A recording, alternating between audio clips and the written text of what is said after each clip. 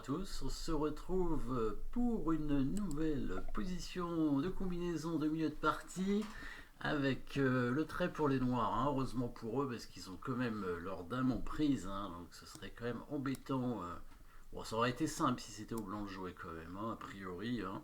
Je pense qu'un bon coup aurait été de prendre la dame avec la tour, il me semble. Les noirs ont quand même un petit souci, hein, parce que leur dame n'a pas beaucoup de cases, peut-être même zéro finalement, si on réfléchit bien.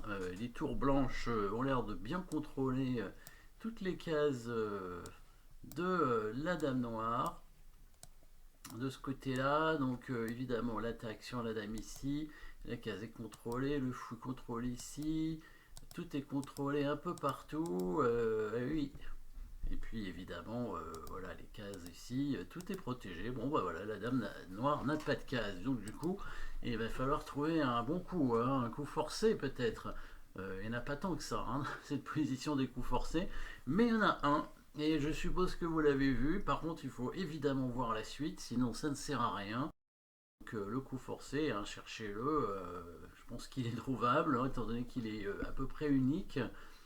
Par contre, après ce coup forcé, il va falloir probablement en jouer un autre après, très certainement. Un bon coup d'ailleurs, hein, qui permettra éventuellement de faire un autre coup forcé encore après et de faire une poursuite avec les noirs, hein, le thème de la poursuite.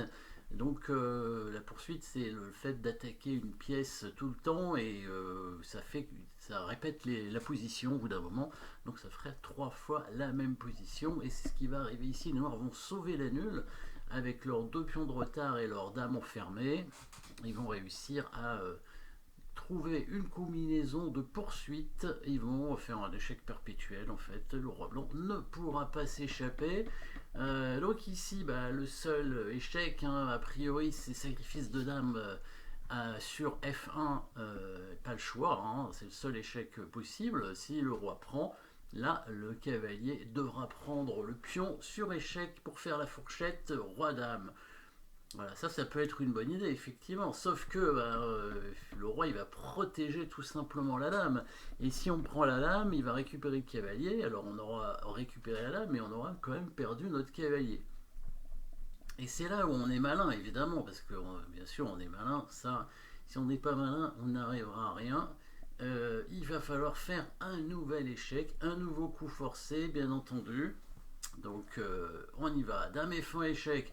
Bon, alors s'il prend pas la dame, je pense que c'est un peu suicidaire, hein. Il y a plusieurs solutions peut-être pour les noirs, mais la meilleure serait tout simplement de prendre le pion avec le cavalier et de créer une menace de mat en G2 et puis en F3 aussi, hein. Ça ferait mat en plusieurs coups, cavalier F3, mais ça serait quand même mat, donc c'est quand même intéressant. Après, c'est pas tout à fait mat, la dame peut prendre le cavalier évidemment, c'est pas mat, mais bon, avec une dame de plus, je pense qu'on devrait gagner.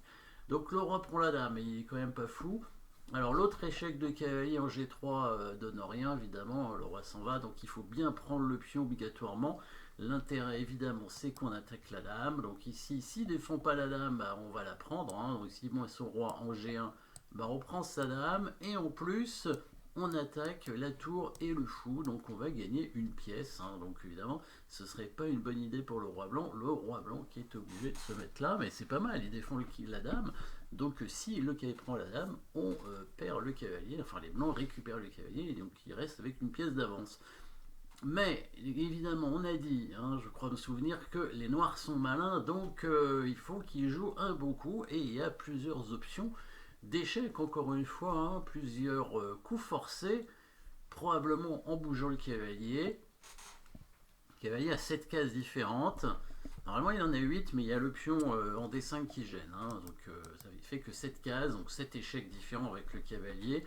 On sait que déjà le cavalier prend dame, c'est pas très bon. Quels sont les autres échecs?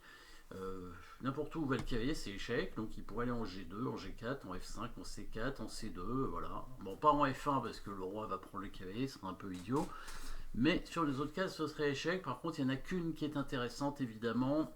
Il faudrait quand même essayer d'empêcher le roi blanc de bouger. Donc du coup, peut-être l'empêcher d'aller sur les cases en D2 ici, hein, et donc venir en C4 avec le cavalier, attaque à la découverte. Il peut pas aller en D2, il peut pas aller en F3, il peut aller que en D3, mais s'il va en D3, ah, petite fourchette sympathique. On prend la tour et après on récupère la dame, et là ce sont les noirs qui ont l'avantage matériel. Et oui, donc du coup, cavalier C4 échec, bien joué. Si le roi vient en D3, évidemment, bah là ce sont les noirs probablement qui vont gagner. Puisque bah, là, une qualité d'avance, bon la partie continue, mais bon, ouais, on peut imaginer, ouais, par exemple, un coup comme ça, voilà, ou tour F3, tour F4, voilà, enfin, les noirs ont l'avantage, ça c'est sûr, donc si les blancs ne veulent pas perdre, eh ben, il va falloir qu'ils reviennent avec le roi en F1 et c'est là où on fait la poursuite avec le cavalier. On revient faire échec parce que prendre la tour c'est pas suffisant étant donné qu'on a une dame de moins, donc une seule tour bah, c'est pas suffisant.